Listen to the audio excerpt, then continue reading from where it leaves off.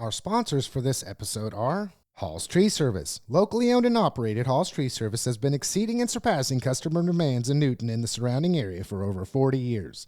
Larry and his crew are guaranteed to work hard for you. There's no tree too tall, no job too small. Call Hall's at 316-772-1919. Remember, there's no tree too tall, no job too small. Call Hall's at 316-772-1919. 1919. Is your AC or heating system just not keeping up? Maybe it's not keeping your home or business as cold or hot as it once did. It could also be that all you're looking for is a reliable, trustworthy, and affordable technician to check on your system and do whatever maintenance necessary to ensure it's working as efficiently and effectively as possible. If so, give Air Quality Control a call at 316-285-3304. That's Air Quality Control, 316-285-3304 for all your air quality control needs. MTO Commercial and Residential Cleaning Services. MTO has been, still is, and will always be a locally owned and operated company. Paula started MTO in 1994 and has been serving Harvey County residents ever since. If you're looking for a one-time clean or a weekly, bi-weekly, or a monthly spruce-up, no need to worry. MTO gives free estimates. Give Paula a call at 316-288-9141. That's 316-288-9141.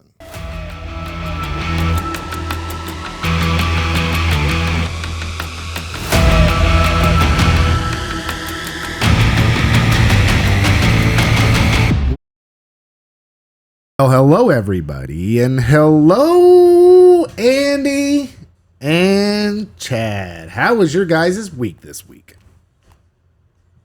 I don't know. I'm kind of shell-shocked right now. Shell-shocked? Yeah.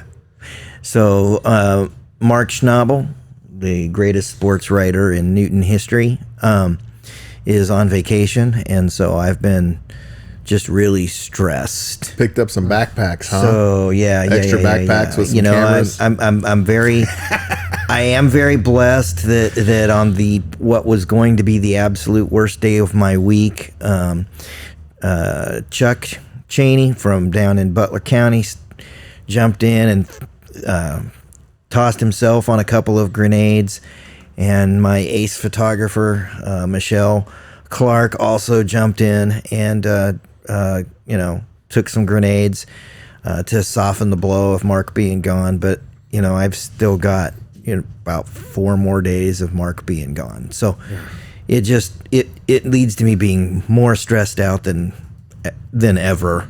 Well, and there's a lot going on with sports. I mean, the Kansan does a wonderful job with covering all those sports that are happening locally, and we're just getting started into a new cycle of a spring sports. So yes, it's I remember having an interview with assistant director, activities director for the Newton school system, and the activities director, athletic director, and they had something every single day. Oh yeah.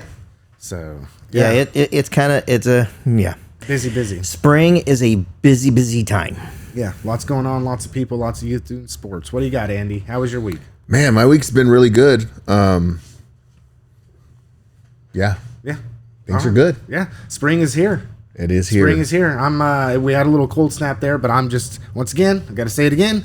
When the weather warms up and it's nice, then I'm outside looking around to see, well, what can I be doing out here? And I like to go on walks, and I like to just enjoy the outdoors. I'm an outdoors kind of guy, and when it's extremely hot or it's extremely cold, it makes that difficult. It's bearable for a little bit, but I'm the kind of guy that just likes to go and sit outside and just enjoy being outside, doing whatever it is that I'm doing, or having the windows open. So I'm sure there's other people listening to the program right now that are in agreement with that they'd rather turn the air conditioner off, turn the heater off, open up the windows, listen to them birds and the breeze blowing through the trees and the whole thing. So, okay, before we get started on any hardcore topics that we got this week, because we're about all inciting, people to watch the program, I just want to remind everybody that the cruise night and car show is coming up. Cruise night is May 2nd. The people that are going to participate in that are supposed to meet at the Newton High School at 6 o'clock. It begins at 6:30. That's when the cruise begins. They will travel down 12th Street to the east, hit Main Street, and travel to the south all the way to Midway Motors. So once again, send a shout out to Midway Motors, Matt Hensley, for all they do in participation of the car show and the cruise night both. It's a wonderful event that takes place that weekend, and if you can get out and just, I've seen people just pull up a lawn chair on Main Street and watch the cars cruise by, so that's a wonderful thing. Also, there's some other stuff going on here. To be released soon is Greg Hansen interview. Greg came on the program to have a discussion with me about Sand Creek Summer Days Festival.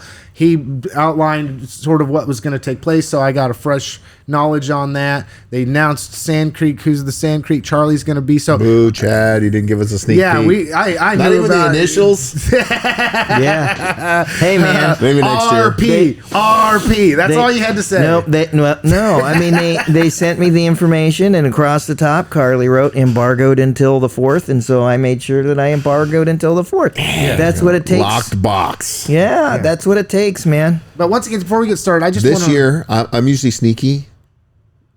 I usually can hear some of those things. I had no clue this year y'all did a good job. I was so pissed. I wanted to feel special. Yeah, you need to use them ears to find out where that medallion's going to be for Sand Creek Summer Days Festival, because there'll be a scavenger hunt, just like always, I think, where they give like little clues, and the hunt is on for this medallion wherever it might be hidden. I still contest that I think that Greg moves it around. But, or you know what you do? Follow Greg. Here's what you do. Find out what Greg drives and follow Greg everywhere he goes the week of the scavenger hunt, and I'm sure he probably drives by. Well, you know what Greg's going to do now that you've brought that up. You get a different car. He's just going to start switching out cars. He'll drive something different every day. Dang it, I shouldn't have said it. He's got access to that B&B fleet, So follow with a drone. Yeah, just track Greg with a drone. Why not? He's gonna be all paranoid. He goes out there to look to see whether somebody got it or not. GPS finder thing, tiles on his keys. AirTag him. Yeah, there we go. Something about what we're saying I think is potentially criminal in nature. So don't take that advice, folks. Just go on the scavenger hunt, follow the clues, all that whatnot. But yeah, I wanted to kick something over to Chad, because I know Chad knows a lot about what's going on locally. You guys have the events that are coming up in the paper all the time. I've got a few that I want to catch if you don't catch any. But what are some of the things that people can expect to participate in if they'd like to over this month or maybe the beginning of next month? Well, there's just this time of year there is a lot. Okay, I actually used to call this time of year the race to the finish. The finish is graduation. So there's so much that I can't even sit and give it all. So I'm just going to give a couple of little quick hitter notes for the weeks ahead. And one of them is that the Beat the Heat Summer Series is going to get started on April 22. If you don't know what that is, it's barrel racing. Huh. And man, it's fun to watch. Probably my third favorite rodeo event. That's cool. Yeah, it's cool. So guys and gals, right? Yep. So the series is going to get started on April 22nd over at the rodeo ring. 4 days later is the Newton Kansan citywide garage sale. That's on the 26th. If you're thinking of having a sale, you need to make a phone call and get in on the advertising of that sale. Yeah, so those are a couple of things. And of course, sports is just going bonkers. So, if you're just paying attention at all, I mean, I think I'm trying to line the dates up on my head as to when this releases, and then I believe it's April 11th. There'll be another baseball, softball double dip. So there's 4 games going on at once out at Centennial Park. So I mean, that's just the kind of part-time year that we're in. And there's also going to be on the 21st. There's an author's visit coming to Newton Public Library. Author Kim Vogel Sawyer is going to be there. So there's a couple highlights for you. Yeah. Well, you it's grabbed just some that stuff. kind of time of year. It's funny that you put these things out there because you didn't know what kind of things I was going to bring up, and you brought up everything that I didn't even really know was taking place. So I'll say this: that's good, and just a few more to cover. The NMC Health Emergency Department expansion. They're doing a ribbon cutting on April 22nd at 10 a.m. That's located at 600 Medical Center Drive in Newton. That's when I did the Newton Area Chamber of Commerce update with Kelsey and Terry here this last week. That was one of the things that they wanted to invite people to. It's a great opportunity to see how NMC Health is transitioning and being forward-thinking to meet the needs of people who could possibly be in a mental health crisis or need services in that way. So that's an amazing thing. Make sure you can catch that if you can. Newton Open Streets. If you go to Healthy Harvey Coalition social media pages, Newton Open Streets will be held Sunday, April 27th from 1 p.m. to 5 p.m. It's on Oak Street between 5th and 7th Streets. Another one coming up is Barbecue for Bricks, which will take place the same day as the Newton Car Show. It's a fundraiser for New Jerusalem Missions. It'll be on the 3rd, as stated before. It's 209 East Broadway from 11 a.m. to 5 p.m. So make sure and get out there because that's a great way that they raise funds to be able to help the New Jerusalem Missions to be able to provide services and a place for people who are in dire need of a roof over their head in the moment. Something else that's coming up that I watched at the Newton City Commission last night was April 30th, 2025 is now Wyatt Hendrickson, Second Lieutenant Wyatt Hendrickson Day. So the city of Newton went ahead and did that. So at 3:45, there's going to be a parade from Main Street, on Main Street from 8th to 5th. At 5 p.m., there'll be a recognition ceremony at Newton High School Auditorium. And then at 7 p.m., there'll be a meet and greet at the barn at Grace Hill, which is located at 678 South Grace Hill Road in Newton.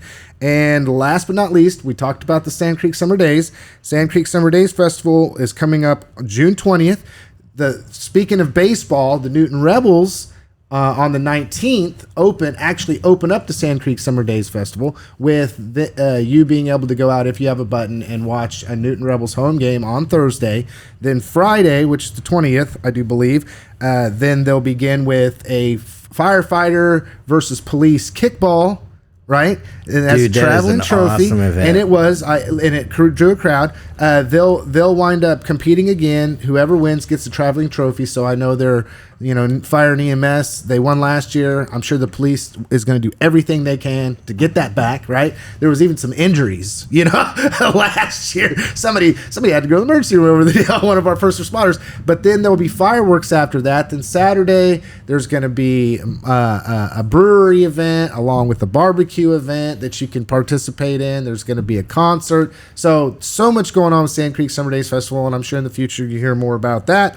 And that's really all I have. And I say really all I have, but for the both of us, Chad, we just covered a lot of ground. We did. And just so y'all understand the world that we now live in, I just completed the rough draft of a calendar for the Discover Kansas guide that we're going to be producing at the end of this month. Calendar. And it's a statewide calendar, and it focuses mainly on festivals, but there's some other events that are in this calendar at this time. 18,000 words. Jeez. Think about that. 18,000 words. That's like several Stephen King novels stacked on top of each other. So, to think that there's not something going on for people. That's what we live in, and again, that wasn't just Newton. That's big. I mean, it's a big catch area, but just to say, if you can't find something to do, it's probably a problem with you. Well, and subscribe to the Kansan so that way you can get that information. Once again, we love the Kansan. We love Chad. We always want for people to support our local journalism. I think it's $7 for 12 online subscriptions. It's $7 a month for online, yes. Yeah, so I mean, if there's no reason, and I'm trying to make sure there's new stuff posted online every day. So.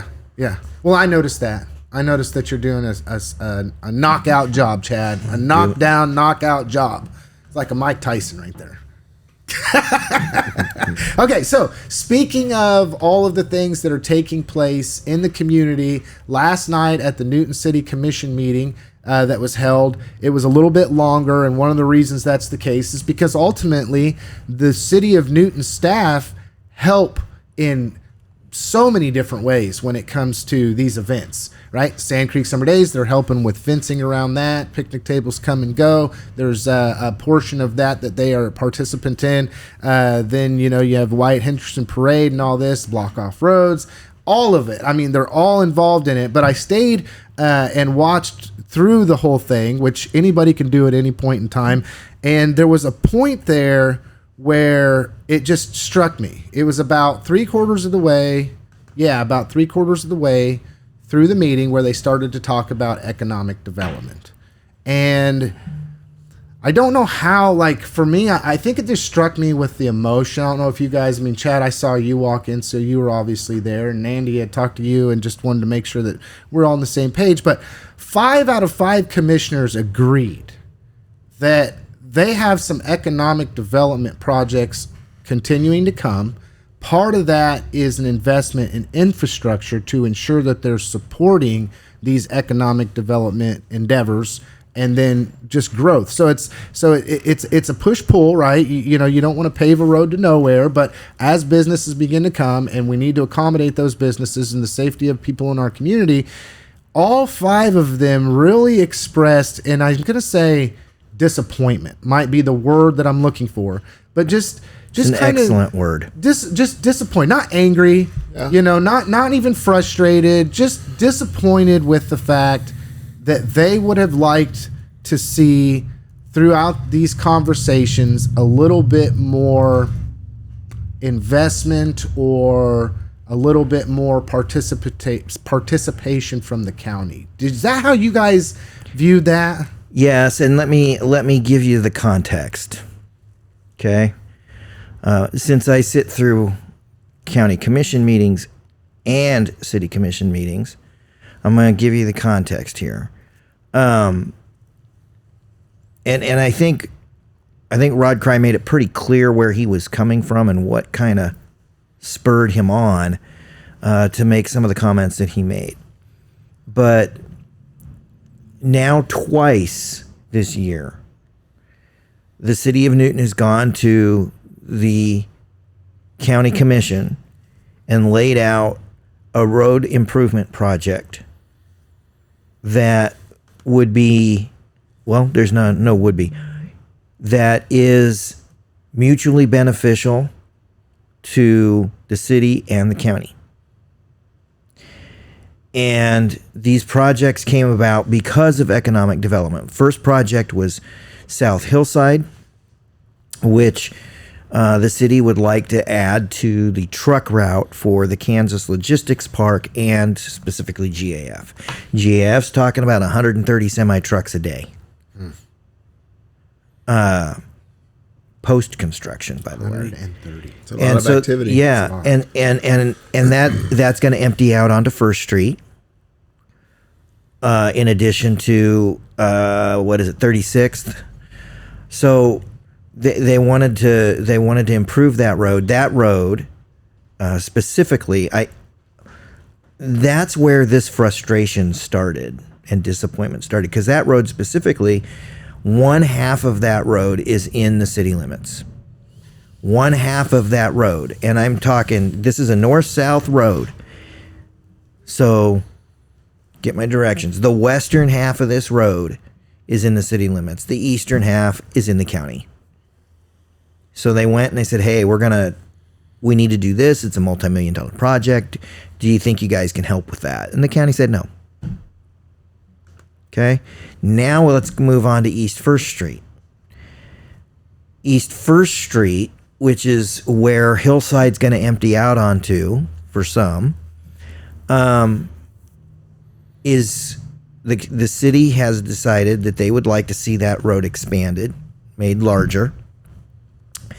And again, anticipating more truck traffic and more traffic due to the construction of a warehouse that's coming. They just issued an extension to the company on that. So there's a warehouse coming to that stretch of road. Hillsborough Industries is currently under construction on that stretch of road. Before that construction began, before they signed on the dotted line, it was agreed that the city and the county would install a turn lane on East 1st Street for that specific business. The city has kind of looked at this and said, I think we need to do more. And they would like to see the road expand. And when you drive that road, it honestly, There's it no is shoulder. Yeah, it is not appropriate for truck traffic. Yeah. And honestly, it's not really even appropriate to be a part of the transcontinental bike route, but it is.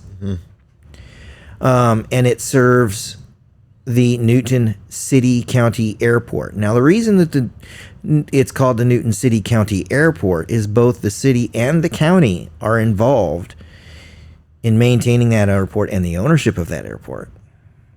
So here you see where the county's investment logically would come from. And the city just really does not feel the desire to foot the multi-million-dollar deal and bill of expanding that road all the way from Spencer to Oliver. And Oliver is where the airport is at. Well, and especially if you are in a situation where more economic development that happens means higher tax revenue for the county, but then the county is not investing. Andy, what are your thoughts on that? I mean, do you understand the perspective of why the county doesn't want to involve themselves in this? I mean, I guess if somebody prefacing this with what I'm about to say is prefacing this with what I'm about to say is, if somebody told me, Lance, you don't have to put any skin in the game whatsoever, but you're going to reap the benefits. Okay. What do you think? Well, I'm gonna dial this back a little bit and come into my volunteer hours at the school system, at the school board, and anybody that says that, and I've heard it from school board members that the school has no responsibility of economic development, which I think is wild to say something like that. That is so far off left field for that comment to be made that it's shocking to me, frankly, because we are a piece of it. It's like number two, in my opinion. Oh my gosh! To a family, it's do I got a job? Anybody that understands the school system that we live in, just we were talking before the cameras went on about a lot of our constituents or community members or friends and family do not understand how the county, the city, and the school system work, or the state, or the sheriff's department versus the state troopers versus the city police, and where they don't intermingle, what their responsibilities are. Many of our people, and I would venture to use a number like 80% of our community does not understand where the school board stops and the city begins, or what different roles and responsibilities. You have people that go to a city meeting complaining about our school district that have no idea, they have nothing to do with it. I mean, that would be an example, right, of somebody doing something like that. And it happens more than we think if you pay attention, right? I was watching the meeting last night from the city. I watch about 1 out of every 3. While I'm doing other stuff, I'll have it on, listening to it in the background, see my friends sitting out in the field and watch who's there in the background. It's usually the same actors for the most part. Chad, I see you a lot on there. Chad's walking in all the time. I need to make sure to comb my hair. I watched one of my buddies, Andy Harder, sitting in the back over there looking over at Chief when they were talking about fire stuff. And I just love to see my community operating, right? But when you see people come into a space, and we know because we're involved in several different things all the time, it's just what we do. We kind of know how it works. So we know when people are speaking, that they're not understanding. But it's okay, just get directed in the right way and make sure that your energy is going in the right way. But you see it more than you would think, because we take for granted that we're involved. Yeah. So back that down. I think we have a really smart commission at the city and I don't vote for them, right, because I'm in a township.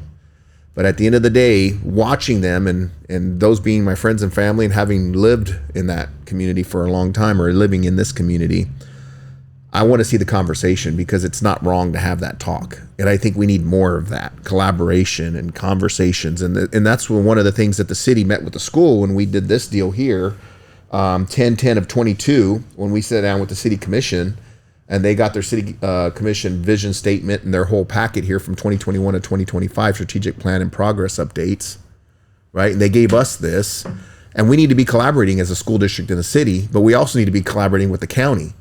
And I think we all should be collaborating. And so the open door to have this conversation with knowing that city commission's job is to play for the city and the county commissioner's job is to pay for the county, but there's times when that needs to be intermingled and overlap and conversations need to happen to figure out where one starts and one finishes. Chad, you painted a very specific story of the project that's bringing up these conversations. Right. And it's like, if you were ever, it's public sector and private sector are different. But again, there's a lot of times when those philosophies intermingle. And one of the blessings that I've had to be on the school board is to understand how the public sector is not the enemy. Yeah. Because in my previous life, I wanted nothing to do with it. Now I'm getting the fact that the reason I have a lot of what I have is because of that sector and giving me the opportunity to be where I'm at today has been lent from the public sector. So how am I not going to try to support that in any way, shape I can? But it does need to be efficient. And not having these talks or these conversations or saying, hey, why are we overpaying for something? Let's have this conversation. Let's see the arguments from both sides. What I would be bothered by, one, if our city commission in Newton, which again, I say that as a township person, but loving and caring about that community because I'm attached to it, wasn't playing this position and asking those questions, I'd be disappointed. If the county would not accept a conversation that the public can listen in on so we can all start understanding the bigger picture, I think that's why we have the disconnect when people don't understand how different pieces of it work, because there's some insecurities sometimes within the commissions that haven't allowed those doors to be opened so we can get over that piece and start playing for the greater good of the whole. So I hope they accept the invitation. I hope they have a great conversation. I hope they work out some tough stuff, but stay together for the greater good of the whole. And I think these teams can do it. And I said when the county commission came in, there was a lot of, I don't know what they're going to do. And these people want to take over and all of these conversations that the community has in their little pockets.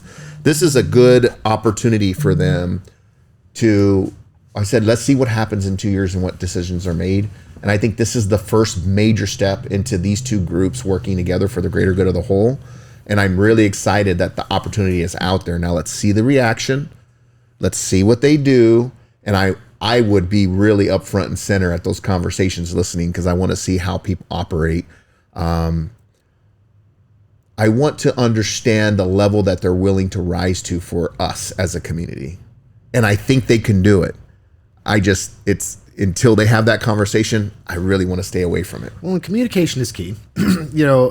Conflict can only be resolved through communication. And this might be really the point in time in which there is conflict. Because, and how do I say this, right? Because of course, I was heavily involved in wanting to be participatory in the Harvey County Commission. So what I'm saying is not, crying over spilled milk or anything, but one of the issues, in my opinion, that Harvey County is in, specifically what the current commission needs to address, is they're kind of getting into a problem, right? And the problem is in my opinion, certain things have been put off that need to be invested in. Mm-hmm. They don't have the money to do it without coming back to the taxpayer and saying, hey, look, we've got to do a bond for this. The jail is one of them. The courthouse is one of them. And there's a point where, well, if we spend this over the next 5 or 10 years,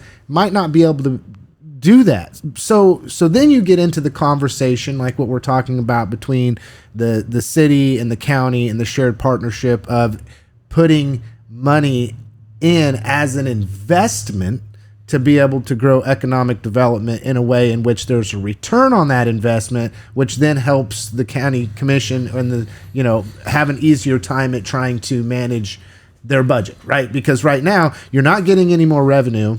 You're getting the revenue, right? Maybe you'll get a little bit more based upon inflation or taxes or whatever the case may be, but you're really not getting a whole lot more revenue. You're not making or taking the action steps necessary to do that, which i.e. is economic development. So if there's not an investment made in economic development, there's no return on investment, which doesn't give more money in the coffers for them to make the situation of individuals either remain the same or any better, because you're going to have to go back to that taxpayer to get that money to make the investments. And one thing that I noticed, we do a Harvey County Sheriff's update once a month. Chad Gay goes to the commission, and he gives an update about statistics and numbers and kind of where they're at. And then after he does that then he comes on HCTalk to do the same thing. So it's just another way to reach a different audience. Yes. And also upcoming, I almost forgot this, on April 17th at 6:30, Sheriff Chad Gay will have a town hall with HCTalk at the library, just to talk. That's a Thursday, just to open up the door for people to come and him to talk with them and them to ask questions and kind of understand the direction. But anyway, so I don't get off on a rabbit trail, one of the things that were discussed in this most recent Harvey County Commission meeting was the fact that they're having problems getting federal inmates. Mm-hmm. Okay, and there's a thing where the federal government. He's segueing into my Saturday story, but oh gosh, okay, I take it, okay. But one of the things he said, and I'm sure you'll probably have this in the paper because I know you pretty well, Chad, and is that when asked why is it or what are the factors, does Chad think there are that we are not getting the federal inmates that we previously got, which the federal government pays more money than it costs for us to house them. Mm-hmm. And it's all taxpayer money, but of course it's something coming in as revenue that's not directly associated to our little community that we're having to pay to house people in the detention center if need be. So reimbursement rates, you can call it that.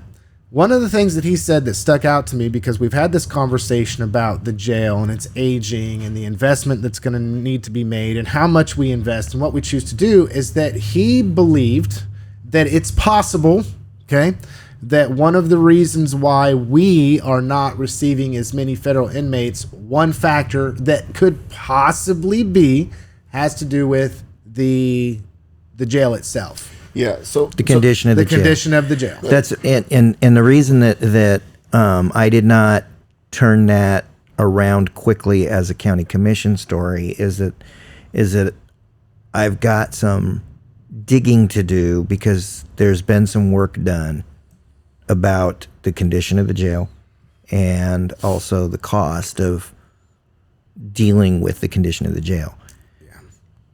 To kind of bring this conversation back to where we started.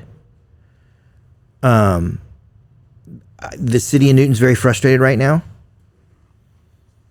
but the county is also frustrated. Mm.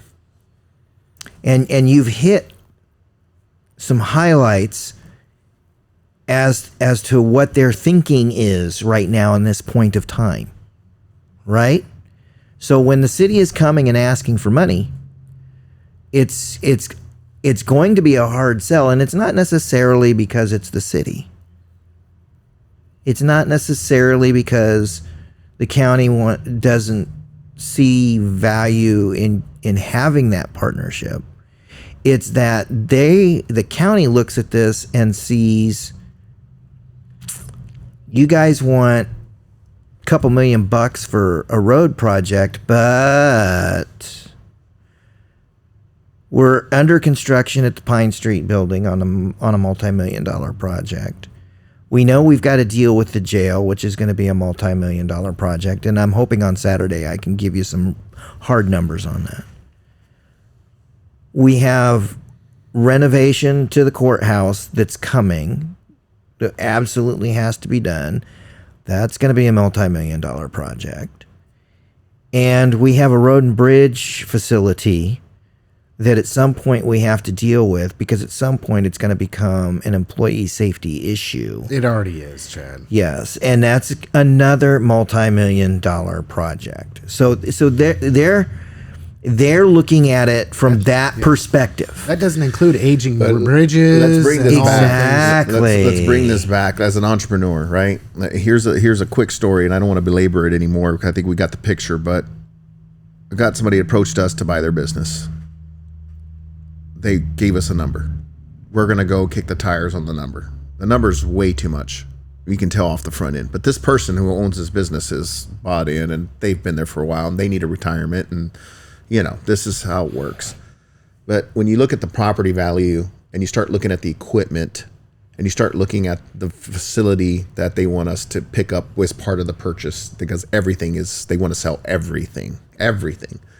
Well, the trucks have hydraulics that need to be fixed and changed out, and that needs to be refreshed, and most of their equipment is on the last 20% of its life, and the person wants market value for the business.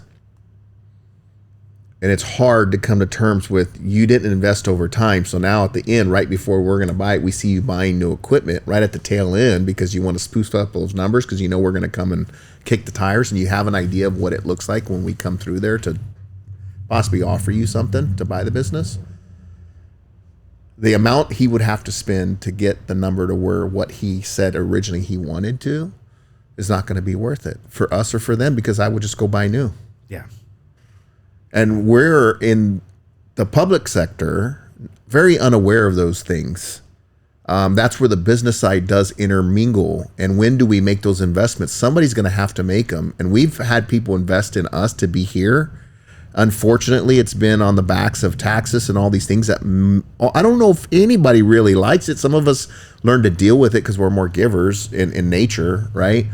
But a lot of us want to give to where we want to give. We don't want to be told we have to give it to things that are being spilt and lost and churned up and going out into the ether to where it's not affecting us on a daily basis, right? And so you have all these issues, and it's like, when do we make that investment? Well, I'm going to tell the community the school system is worried because of all of what you just said, Chad and Lance, some of the things that we've talked about over the last 8 years. Yeah. And now we need money too. Yes. Because the school is tired. We have we're not even 20%. We are way overdue. We are patching stuff together in our culinary department to the point of embarrassment. We don't even have commercial kitchen to cook out of. We don't even have attire for our kids that are in the culinary system. Not even robes. I mean, to give our kids like a chef's coat, the sense of belonging to some kind of organization that's really cool and can provide a career. An apron, no less. An apron. Come on. We have aprons. We have aprons. Okay, but there's chef's coat. You know this, right? Yeah, but there's like levels to this thing. And we're working on some stuff, and that's coming in. I'm going to make an announcement here that not even the school board knows yet, but we have that stuff on the way. And thank God we have stuff that we're working on where they're going to get, 150 of these things or whatever, where they have the little black things with the Newton logo, because we want kids to own a sense of identity in different places of that school system. And the culinary is just another place for a kid to find their passion, right? That ends up becoming somebody that's working in our restaurants, serving us the best foods that you can't even imagine, that are the German Mexican mix or whatever this is, Swedish flavors that this community has to offer, which are amazing combinations, by the way. The food in Newton, Kansas is different than the food in San Antonio, Texas, than the food in San Francisco. And we have to own ours because it's a collaboration of us. And there's so much culture and food and music that we bring to the table that we need to share with visitors that come here. And we need to be proud of who we are and all our heritages coming together to make this cuisine. But if we don't give the kids a pathway to see it that way, it's an art and a style and an identity of its own, by just giving them freaking uniforms. Guys, 150 uniforms. We couldn't afford that. And it's getting tired, and people are getting tired. And now we have to fork it out. At what point do we not realize we have to make some uncomfortable investments to clean it up so we can sell this thing to a greater population, to bring in more people so we can take the burden off of the small amount of people that's here? Well, yeah. Because until we grow those meters, We ain't growing the tax base. When it goes to the two-part thing, Correct. When you said what you had said, I find it I find it always important to contrast or to compare the private sector versus public sector. You used an analogy of an aging business that has not necessarily invested what they should, but you as a private business owner in the private sector, if you choose to make that gamble and you are not successful or you are successful, that's not my skin. My skin's not in that game. Your skin's in that game, right? Right. So then when we get into the public sector, which is oftentimes a good rule of thumb here, for MPA talking, the reason we have things that are going on in the public sector is because it's not a profit. Okay, there's no profit to be made. It's not like what Andy's talking about, which is, well, I can go in here and although this might not be the value of the company that I'm buying it for, I can negotiate that. And in the end, the reason I'm doing that is so that way I can make a profit at the end and make this company solvable. Therefore, pay taxes, employ, make money. That's the key. Right. You can't make money at public education. Correct. Okay? There's no way to do that. So if we're talking about these entities, the city, the county, the school district, these public entities that we have, in my opinion, from standing back and watching this, and some are better than others, obviously, so it is what it is, but it's almost sad to say that we do have a remnant of a culture. I don't know how strong the culture is, but we have a culture in our community of not wanting to invest in the public sector. And when I say that, I mean that we're talking pennies on the dollar here. All right. If all of a sudden the school has a bond and my taxes go up as an individual paying tax member of the society here, Newton or USD 373, we're talking about like $100 a year, $50 a year. So, we have people. Let me give you a window into that the McDonald's thinking. theory. I'm going to give you. I want to give you a window into the thinking that you're describing. Okay, and this comes from 2017. All right, in 2017, the Newton Board of Education tried for a bond, and I went to one of the meetings, and I, at that time, had another journalist that I could assign to things, so I assigned them to that meeting because I wanted to go as a parent. And I made it pretty clear when I walked in, that was my role. To the point that when a post-retirement individual began to speak and made the following statement, I responded, I don't understand why I should pay taxes into this. I don't understand why my taxes should go up. My kids have all graduated, and I don't see the benefit. I did not let that statement go unchecked. Here's the statement that I made. Hold on there, buddy. I've been paying these taxes for some 20 years. In this district, I've been paying the property taxes for some 20 years. I didn't have any kids in school, and I was paying in.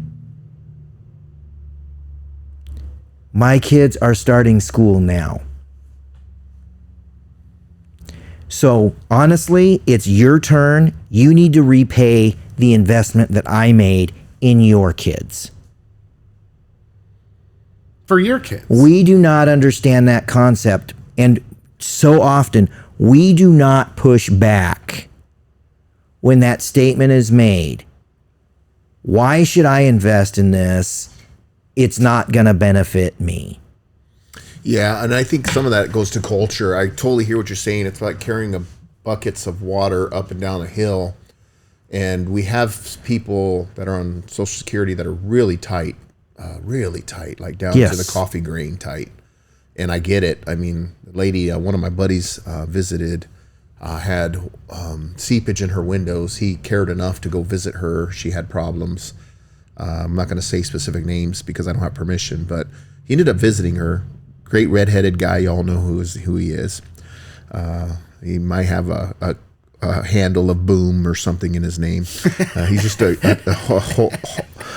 he's one of the best humans I know, on a lot of levels. So he goes to visit this person and this lady who was living very tight. And he is that kind of person that's going to try to do everything he can, even though he's hurting, he's going to try to give somebody his last. He will do that.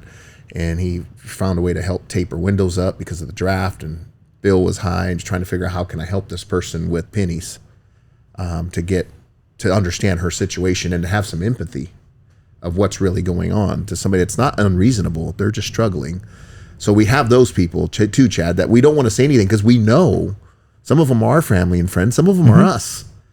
And it's like, man, you want more from me? And unfortunately, the majority of us can make adjustments and some of them can't. And that's hard. But we still have to move this thing forward, this train, pun intended, forward in a certain way. And we are at a point right now where we need to make investments, understanding that all of those things are happening. And I think the communities and the churches and stuff, like, we need to get back out there and fill these gaps during the season, because inflation and all of this stuff that's happened and is happening, it's a scary time for a lot of people.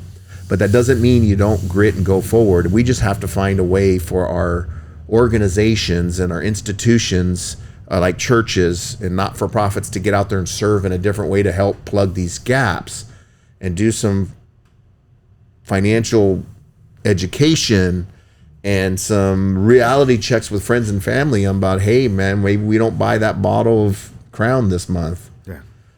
And to talk about numbers, there's stuff in the school district when we're talking about, finances, and I think it's public at this point. We're looking at raising the LOB again, right? And what that really means.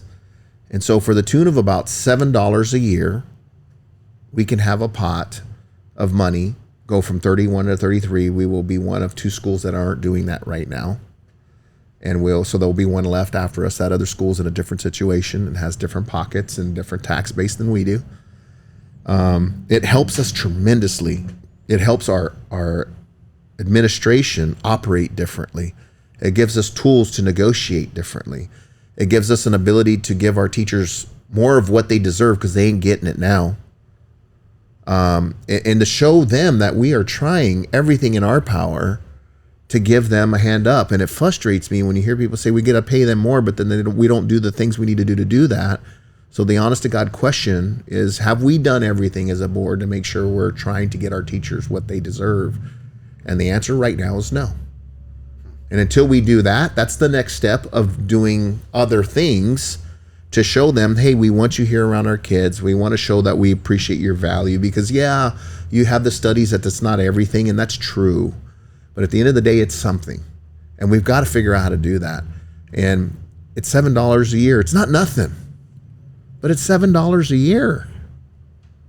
A cup of coffee for a lot of people, Yeah. It's wild. I know $7 coffee, right? Yeah. But people are buying those things. Every They're day. buying I 2 or 3 deliver twice a those day. things all the time, And man. you deliver on top of a delivery fee. Isn't that wild? But it's Yes. true, and it happens. Yes. And a guy like me that goes down to the scoop, 2 scoops a morning. I know how long my little container lasts me to get my coffees. I mean, I'm doing that now, but it bothers I'm me. gonna crack a joke here. Okay. I hate single drink orders from Starbucks. I hate them. I absolutely hate them because they freaking tip over in your car so easily. Okay, what is the doggone cost of a delivery of a Starbucks coffee? Just Well, there's ballpark. there's the baseline fee, right? And then if you're ordering an $8 menu item, Yeah. you got to that goes to Starbucks, right? and then I think I'm not sure because I've never done this myself, but there's probably $4 or $5 of a delivery fee on top $12 or of that. $13. And then if you want to be nice to your driver, you got a tip going on top of that. Most of the time they tip $1, so you know. So let's just say $15 maybe. Sure. For a cup of coffee. For a cup of coffee. This is the world we live in. But I'm gonna get mad. That's to get your Starbucks out of from the joint here by Walmart up into North Newton. So if you do one a week, that's $60 a month. But people will literally fight tooth and nail because their taxes may go up $60 a year. Like that's $60 a month. So you're spending $700 a year, $20 if I'm doing the math right, Most per of us don't do year the math, though. to just have one Starbucks coffee a week delivered from yours truly, Chad. Okay. Wild. But yet I'm pissed. Okay. Because, well, by God, my taxes are going to go up $110 a year to pay for my school, a detention center, a courthouse. Okay. So I'm feeling you 100%. I know we want to move on. But I'm also like, this is and my this is thing a too, being the conversation. MPA guy, which is all about researching. And one thing I want to say right before I give it back over to you guys, but I would like to know and get into the weeds, and I'm sure there'd be probably all I have to do is just call Carly Stavola or somebody and say, what is our attrition rate for teachers? Because I can go off on that, but not this won't be this episode. From a perspective, Depends on the year, but it's not. And from a it's third kinda person high. perspective, what I'm saying is because we are in this cycle when it comes to the That's Newton not schools. good for our kids. No, it is not. And culture. And culture. So not to be negative, and do not frame what I'm saying as a negative That's thing. impossible almost for a group of us. Oh, I'm so we're political Nazis, Hey, so before you go down that political Nazi, I don't like taxes I've for the heard- record. Yeah, But we're in a I've system, heard in a this season where you discussion. got to do what you got to do. Go ahead. I'm sorry. I have heard this discussion over and over and over and over and over and over and over and over. Have I done 30 overs yet? Mark 30. times 30. Oh, that was even better. Every to the single 30th power. year. Every year. And it doesn't matter if the mill levy's going up or not. I hear this discussion every year. I've heard both sides of it. And I understand you both. I get you both. I'm just throwing it out there. Don't think that we are going through new territory here. You mean we're not solving the world's problems when today, the Board of Education, and it's not an if, when the Board of Education brings out a bond issue, folks, I've heard it. Some of us who've been around, we've heard it. We've heard Andy. We've heard John Q. Taxpayer. So when the county, again, bringing these back full circle, right? So when the county starts saying we're going to need to spend $20 million on a jail, okay? We've heard this conversation. Mm-hmm. I say that because in almost every case, and especially when we're talking about a bond issue for our so-called new school, we have to move forward as a community. So unless you got something new to add to the conversation, we just have to move forward, folks. Yeah. Okay. I believe we're there. I want to breeze over something real quick because two of the last topics that I had for this week, one was that all eyes are on the legislature with veto session in full swing. We did not do a legislative update with Senator Stephen Owens this Thursday like we normally do because, well, veto session is in full swing. They're going to figure out what can they veto, override the governor on, correct, and whatnot. So just read, educate yourself, be participatory in the process. Congratulations to Stephen Owens on getting the revision to gun law dealt with. That was asked for by our local county sheriff, and Stephen went up there Topeka and got her done. Congratulations, Yeah, Steve. very cool. Thank you very much, Stephen. And then depend upon how you view that. Because that's political. There might be somebody to say, "Oh no, that's not cool." And then the last thing before I give everybody the chance to do their last word, have you? I've been following this. Now, this could be a podcast in and of itself here, but did you hear that they were able to revive an extinct species? It's called the dire wolf. Jurassic Park just became a documentary. A little bit about this. It was in Time magazine. The howl hadn't been heard in 10,000 years. He's a dire wolf, the first to exist in over 10,000 years. Endangered species could be changed forever by Jeffrey Kluger. And we start seeing this through technology. I mean, just real quick, guys, what are your thoughts on what the future could potentially look like when we are able to scientifically take DNA, match it? You've seen the woolly mouse, where they take the DNA from a woolly mammoth and put it into a mouse and genetically modify the mouse to be a woolly mouse. I mean, scary, intrigued. What's the word that comes to mind for you all when it comes to that? Chad or Andy? Which one you got? My word is this: if you guys ever actually do find Jesus Christ's DNA, I want some. I like that. I mean, seriously, because How cool I'm is that? supposed to live my life to be like Christ, so make me like Christ, please. Inject What that a goal. into Chad. Alter his DNA with it. I think it's Interesting play on that, right? absolutely. That was a good Interesting one. play. Dang it, man! You stole it I from can't me. follow that one. I'm gonna try though. I just think it's freakish, it's intriguing, it makes me curious, and it freaks me out all at the same time because I believe my personal beliefs. There's some things you just don't mess with, and boy, that's going out on some crazy limbs, just like AI is. Yeah. I mean, it's just as crazy on a different level. All the sci-fi stuff and all the flying cars from the Jetsons and all this, it's here. I mean, we're moving that way. Our minds and our energy is so powerful, and I think we're on a way to do a crash course like we haven't seen ever before. And good, keep accelerating. I'm here for the ride. There's nothing I can do about it, but I think it's a trip. Yeah. And everything is hard word. Most things, I believe, are created in pockets of good will and good meaning.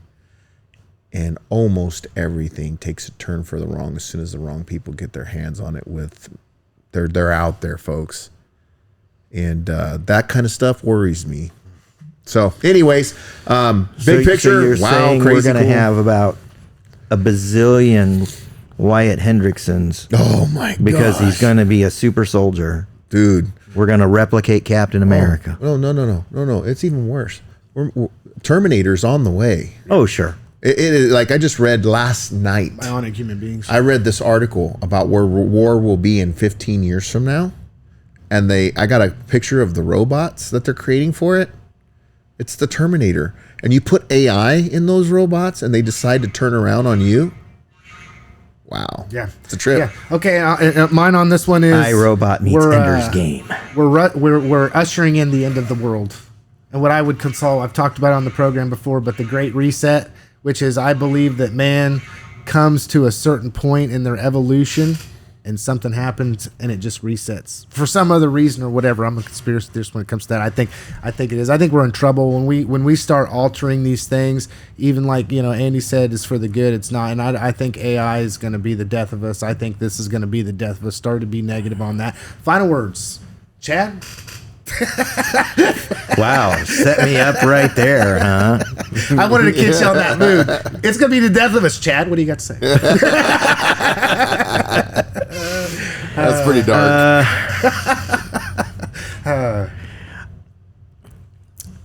Here's my final word. I've thought about this for several days now. Okay.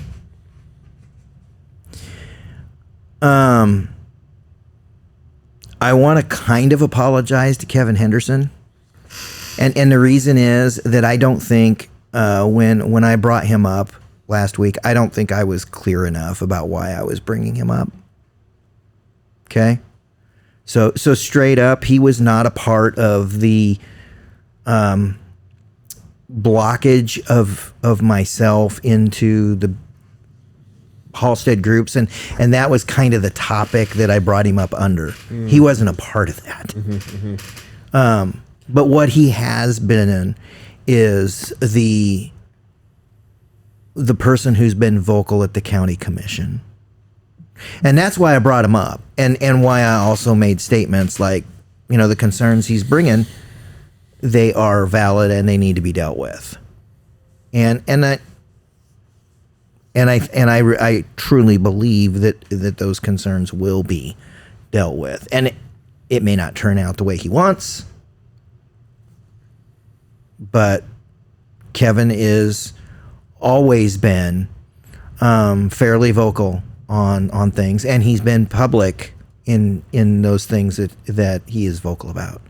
So that's my final word. I just wanted to make sure that people understood where I was coming from when I brought him up. Very good. Very good. Man, there's something brewing. And I am nervous and optimistic. And I was sitting in the sauna yesterday with a friend. And they just shut down a business that they had in town. And they were going through, they're going through it, and it's embarrassing and all that kind of stuff. And I'm like, it's embarrassing to the people that haven't walked in those shoes before. The majority of people really, honestly, they are not going to think about it after it's done, after a week or two, because they move on to the next thing. And those people that are proud of you, as me being one of them, are grateful that you took a shot and you filled the gap the best you could, and you learned a lot. And once you process through this, don't ever be afraid to try again. And just do the best you can and be the best person you can through the process. And this person was able to lend to me the optimism that there's so many things clicking right now, and there's a bigger picture being formulated, and the gears are starting to connect. And I really believe that there's something special happening in Harvey County, and we can all be a part of the solution. And there's going to be some trial and error along the way, but there's so many more good things and bad things happening amongst us, and people are fighting for so many great things. They're fighting for the Junior Railer Foundation and the Junior Railer basketball and the soccer and the football and the band and the softball and the academics, the robotics, and there's so many great things. People like Coach Counts and all of their missions, and Coach Dibbins with the volleyball girls, and the band teachers and what they're doing, and the years that they've spent and invested in their railers themselves, and they have a deep yearning to make this the best they can. And we got kids winning on all different levels, all across our communities, from Halstead to, it's just amazing things are happening. And we have an NCAA champion coming to town on the 30th that we're having a parade. And that momentum is not nothing. We need to capture it and embrace it, and really figure out where our part is in that. We need to get with our churches and figure out how we can go mow on the weekends and help fill these cracks in these old folks' windows that they can't afford the electricity bill, to try to make room for those bonds coming. We just got to think about it differently and not wait till it happens, but try to start to meet needs now to cover those little things. And together as a community, we can get our little pockets and find our little interest, and we can do that. And I'm really excited about our future. I'm just so optimistic about where we're going. And this is our generation's time to really set up that next group. And then we pay homage to the people who gave us what we have right now. And it's tough, but you can't tell me they didn't go through it. And how are we going to handle it? And did we learn from them? And are we learning from them? And I believe we are. And so this next chapter that we write for Harvey County, we have the pen now. How do we want them to look at us in 20 years from now? Because I hope that I can earn the respect from our community for people to look at me like I look at the Ray Pinners of the world and the people who came before me. So I'm excited about that, and I think we just need to go get it. Right. Happiness is all about perspective.